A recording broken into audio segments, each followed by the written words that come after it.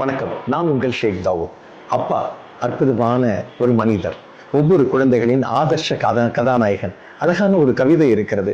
திருவிழாவில் சாமியை காண்பதற்காக தோளில் ஏறி செல்கின்ற பொழுதுதான் ஏறி அமர்ந்த தோள்களே ஒரு சாமியினுடையது என்று அந்த கவிதைகள் கூறுவது போல, தாயையும் தந்தையும் கவனிப்பாரற்று கிடக்கின்ற ஒரு சூழ்நிலையில் ஒரு காணொலியை நீங்கள் காணுங்கள். ஹலோ, சொல்லுமா. சேர்த்துட்டீங்களா?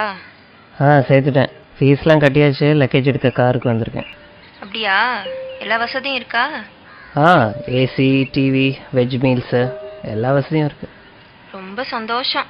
சரி, டாக்டர் நம்பரை தந்துருங்க. ஏதாச்சும் அவசரம்னா டாக்டருக்கே கால் பண்ண சொல்லுங்க. போன வை, ஃபாதர் வந்துட்டாரு, நான் அப்புறம் பேசுகிறேன்.